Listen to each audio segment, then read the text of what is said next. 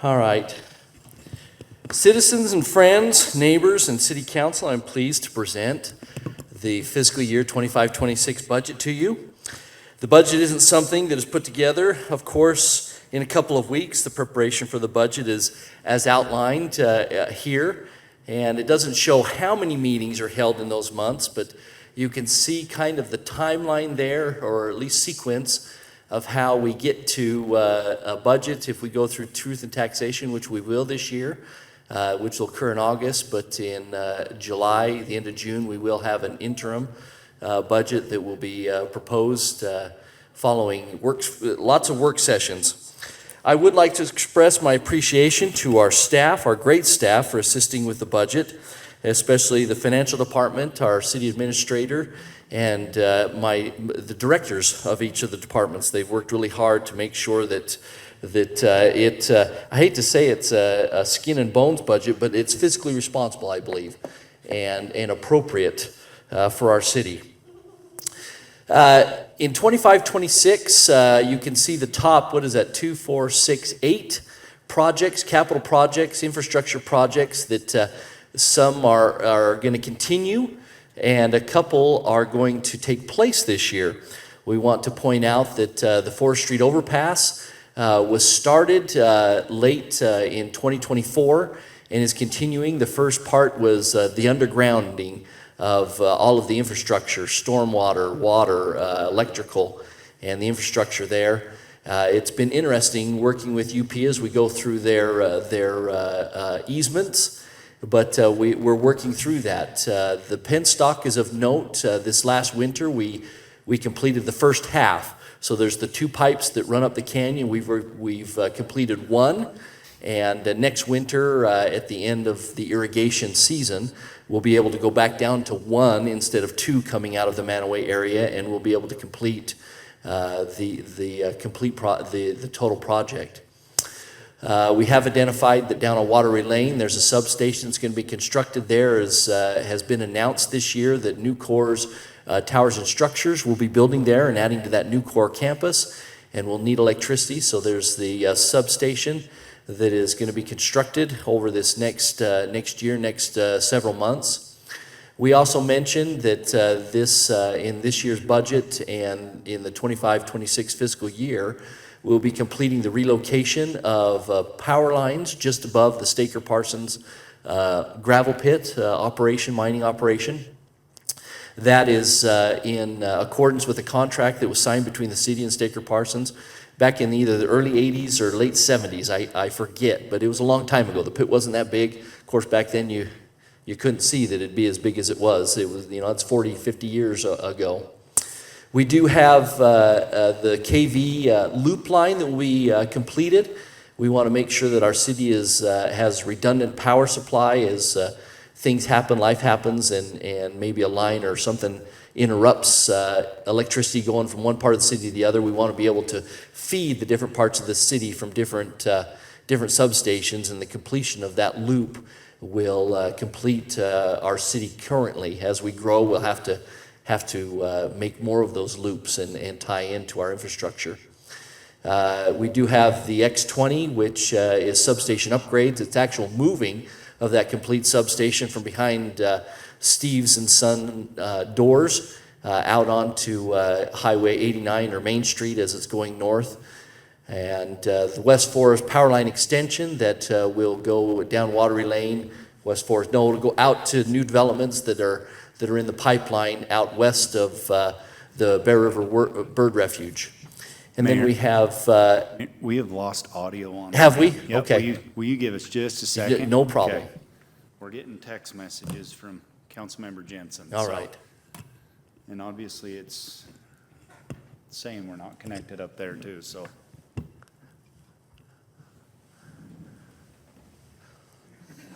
And then we have the 100 South roadway and utilities that we're going to be completing this year.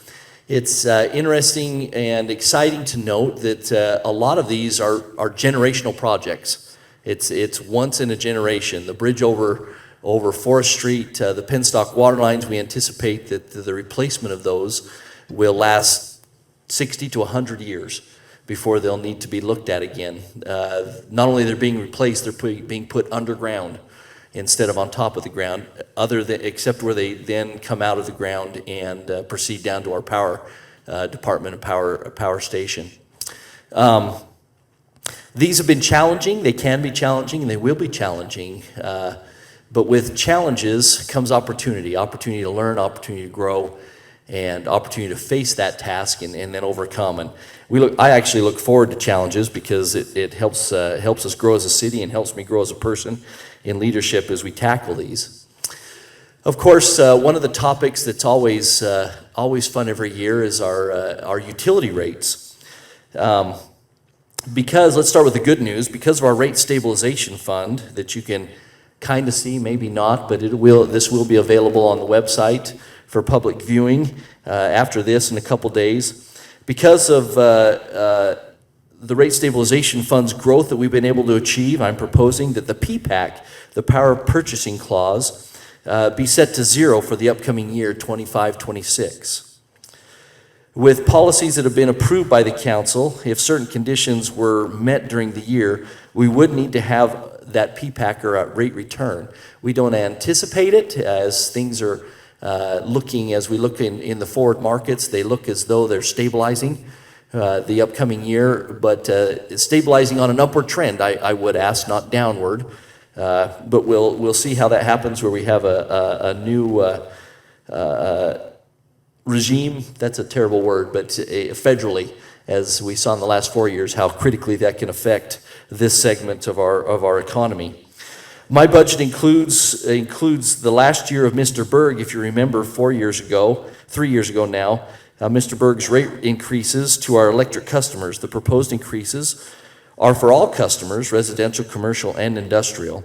The table here that is so small that you probably can't read it, so I encourage you to get on the website and pull that up.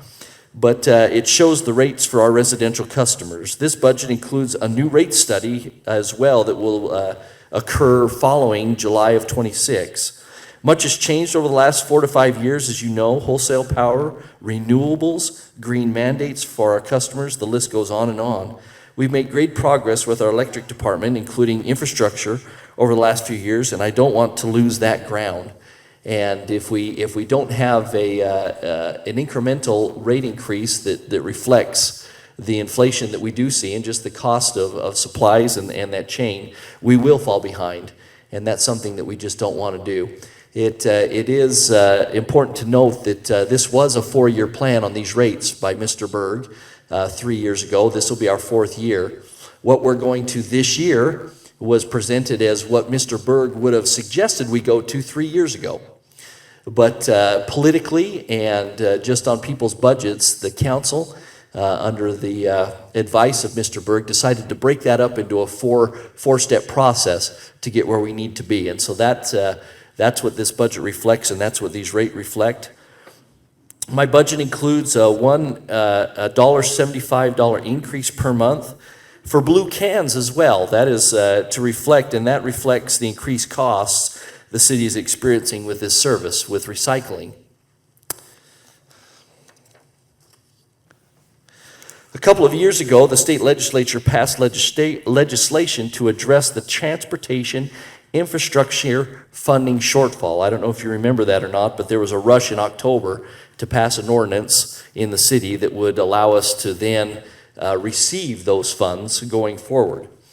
As a result of that legislation, the Box Elder County enacted an additional quarter-cent sales tax. The city now receives a portion of this tax to address our transportation infrastructure needs. And incidentally, for the first time, I believe, the airport is an allowable use for this tax, which in the past it hadn't been. We've completed an internal evaluation and maintenance recommendation on our existing roadways and are preparing to complete that work in the coming months. Brigham City, and lots of cities do, but Brigham City operates an internal service fund. We call it the Fleet Fund. And this is to manage the purchase and replacement of city vehicles in a financially sustainable way. And that is not just trucks and cars, but includes heavy machinery like our fire engines, our backhoes, and of the like. The fleet fund purchases the vehicles up front using available cash or fund balance. The vehicle is assigned to a department such as the police, public works, or parks. That department then pays an annual lease charge back to the fleet out of their budgeted allotment in the budget. This lease amount is calculated by dividing the original purchase cost by the vehicle's expected useful life. For example, $50,000 over 5 years is $10,000 that department will then pay back to this fund out of their budget. Over the course of the vehicle's life, the fleet fund is expected to recover the full cost of the vehicle. When the vehicle is ready for replacement, the fleet fund has enough, typically, cash on hand to purchase the new vehicle. No spikes in departmental budgets and no need for last-minute capital requests is how it has functioned in the past. Recently, though, this fund has struggled with a sustainability goal due to the inflation. The fleet fund model can handle inflation proactively through smart planning and regular updates, keeping the fund solvent while avoiding surprise costs to the departments. My budget includes an inflation factor of 2% when calculating future replacement needs. If a truss costs $50,000 today, its replacement will cost, the cost for that replacement should be right around $51,000. Like everyone in the city, though, we've seen dramatic increase in fleet costs. The slideshow that we're seeing here, if you can read those numbers, reflects the dramatic increase that we've seen in fleet costs and that we've experienced. This is a look at the net cost of the fleet expenses in the general fund. We can see an additional $450,000 in fleet expenses to this general fund year. And because of that, and I think that's reflected in the yellow line there, because of this increase, unexpected, obviously, of $450,000 in the general fund that is caused in the general fund, my budget includes a property tax increase to cover that expense going forward. We don't have the final numbers from the county regarding property tax. Those should be finalized around the end of May, start of June, like they typically are each year. But Tom Cotter, our financial director, is estimating this would be around a 15% tax increase to Brigham City's portion of the property tax. Let's keep that in mind. It's not the overall bill, it's Brigham City's portion of that tax. This is a look at the net cost of public safety in the general fund. As you can see the increases in the net cost. I'm thankful for those good men and women who have been working in our public safety departments. They keep us safe and Brigham City a great place to live and do business. We found over the last couple of years that we're so professional in those departments, especially the police department. Over the last couple of years, we've actually helped solve some crime that has come from other communities that have passed through, and our department assisted on that, and that's because of the great professionalism and the folks that Chief Reyes and his command staff, through interviews, have been able to get the best, in my opinion, to our police department, which has helped keep our community a great place to live. For the first time, or the last couple of years, we're fully staffed, both in the police department, both fire and police departments. Now, prior to being mayor, I was on the city council for 8 years, served 2 terms, and in that time, we never saw, I don't think, a fully staffed fire department or police department. So this is something of note from the leadership of both Chief Thuison and Chief Reyes, and we appreciate the city council in supporting them in their budget proposals and the money to make sure that we're staffed completely in those 2 departments. So that everyone understands what we're wrestling with in public safety, I wanted to do a quick comparison of what our costs and property tax revenue have been were 10 years ago versus today. For the fiscal year ending in 2016, our total public safety expenses were $5.1 million. That same year, the city collected a total of $1.5 million in property taxes. The rest came out of the general fund to cover. My proposed budget for the next year has a total cost for public safety at $12.5 million. That's a $7.4 million increase, or close to 150% increase. To be specific, it's 148%, over the last 2 years that public safety has increased in cost. This is why in previous years, excluding last year, if you recall, the city has voted to increase property taxes. That money was used to fund public safety. And we all get it. I get it. No one likes property taxes, and because they never go down, right? However, I also like living in a community where when I call 911, help comes, whether it's the fire department or police department.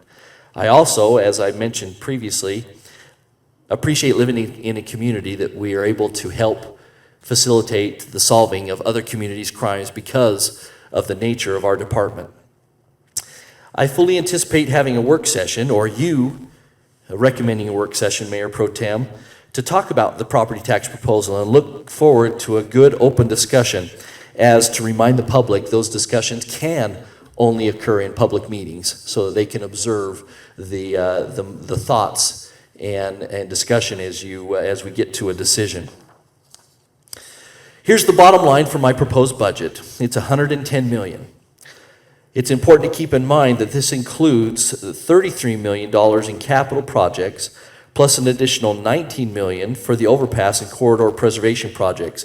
I would like to remind/inform our community, but I consider it more of a reminder, that the money for the bridge came from the state legislature as an allocation. That did not and is not coming from Brigham City taxpayer funds.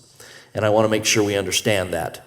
We have been fiduciarily responsible. That money's been put away in an interest-bearing account and is in anticipation for inflation. And I would like to say that I feel really blessed that after a couple years of extreme inflation, we were able to come in at budget on the bridge, the budget that we had when it was first proposed in the state legislature. I'm also proposing that we hold the transfer from our utility fund to 12%, from the utility fund to the general fund. If you remember, a couple years ago, we reduced that transfer to 12%, where it historically or traditionally has been right around 15%. That money comes in as a dividend, if you will, from our utility fund, since we are a utility provider, to our citizens, and it goes to improve our community and pay for services. That money in the utility fund will also allow us to complete much-needed capital projects with our infrastructure in the utility fund. So these are projects that are actually inside our electric utility. My budget has $5.5 million coming from sales tax, which is the same as last year. We haven't seen a decrease in sales tax. If sales tax revenues were to see a decrease, we would need to revisit through in the year a transfer percentage from the utility fund in order to cover that shortfall. Let's talk that yellow line that you see there. This shows property tax. You'll notice that it was steady from 2015 and a little before that to 2019. The main reason for this, the increase that you see this year, is from the library, which is a proposal that we have being its separate fund into the general fund and being fully enveloped into the city as a full city department. The property tax was associated from the library will now flow into the general fund. I would mention, since we are talking about raising our property taxes to cover the shortfall in our fleet fund, in 2019 when we went through truth and taxation, we had been flat on our increase there. And it did require a very steep increase in property taxes to maintain the level of services and to account for the growth we see or saw back then in our public safety. The overarching or overall comment that resounded through those public meetings was that from 2019 back, I think, to 2005, 2008, where it was flat, the city and city officials should have been at least accounting for inflation in those property taxes. And from 2019 moving forward, the city council and the mayor, both Mayor Vincent and myself, have made it a particular goal of ours to at least do that every year, to go through truth and taxation so we can at least account. So there aren't many sharp increases in that property tax unless, like this year, there's something that we couldn't foresee, which is the inflation of vehicles and the way that came about. Last year was the exception because of house values. The increase that we would have asked last year in property tax was accounted for in the increase in fund because of the increase of value in homes. And so we let that ride as a wash in property taxes. This year we need to address it. As previously discussed, I just covered that the budget includes a property tax increase of $450K to cover those. In 2015-16, if we go to the next one, is that it? Yep, that's it. You'll notice that the total subsidy of these departments was approximately $1.7 million. For the 2025-26, we're anticipating a total subsidy from the general fund, right? General fund, am I saying that right? Of $2.7 million. This is a 56% increase over this period that is pictured. Fleet is the one main reason that contributes to the growth trend that we see in the parks. Funding of these departments, along with public safety, are the main contributors to the large transfer from our utility fund. I would say that we're lucky to have the utility fund and to be able to use it as a vehicle to maintain services and maintain the quality of life we have in our city. We're lucky to have it. If that wasn't there, that burden would be placed on the property taxes of our citizens, and so I'm grateful for that. As part of our commitment to building a vibrant and livable community, Brigham City provides strategic tax subsidies to several departments that directly enrich residents' lives. These departments, if you'll indulge me, are the community center, which houses our senior services and Meals on Wheels, our city museum, our swimming pool, our recreation, our parks, and our cemetery. And traditionally, a lot of times when you see a tight budget, those departments and those things that were just mentioned are typically what hit the chopping block first. I'm committed that we take special care in that because those things definitely contribute to the quality of life. Our recreation department, for our youth, they get an opportunity to participate in team sports, learn how to deal with winning and losing, and in difficult situations. That will help them and enrich their lives coming forward. Our recreation department, our cemetery. We know that Perry City currently doesn't have a cemetery or one allotted, and their citizens are allocated to either coming to Brigham City and paying a higher cost because they're non-residents, or Willard or some other city instead of being buried in their community. Our museum. I encourage folks to take advantage of that. We've had a lot of good exhibits that have come through there. One of them was nationally renowned, that is a traveling exhibit on the Japanese internment camps and the effect that it had on our Japanese American citizens and on our community, really, as they have been an integral and important and special part of our community going forward. While these services don't generate enough revenue to fully cover their costs, they do provide immense value in ways that aren't always measured in dollars and cents, such as fostering lifelong memories and promoting wellness, preserving our history and supporting youth development and honoring our loved ones. The subsidy reflects a deliberate choice to invest in the heart of our community. Just as roads and public safety are essential infrastructure, so too are the spaces and services that bring people together, support mental health and physical health, and create a sense of place and pride in Brigham City. By thoughtfully allocating taxpayer resources to these areas, we ensure that every resident, whether they take advantage of it or not, have access to opportunities for recreation, learning, and connection, regardless of age or income. It's not just a subsidy, it's an investment in the type of community we all want to live in. Council members, Mayor Pro Tem, I present to you a balanced budget and want to thank the department heads again for their support in this process. Mayor Pro Tem Smith, I now turn over the 25-26 fiscal year budget to you, and it's now the council's budget, and I would invite you to talk, and maybe if you'd like to schedule or talk about subjects that you'd like to have work sessions, we would entertain that now and ongoing. But Mayor Pro Tem Smith, the budget is now yours.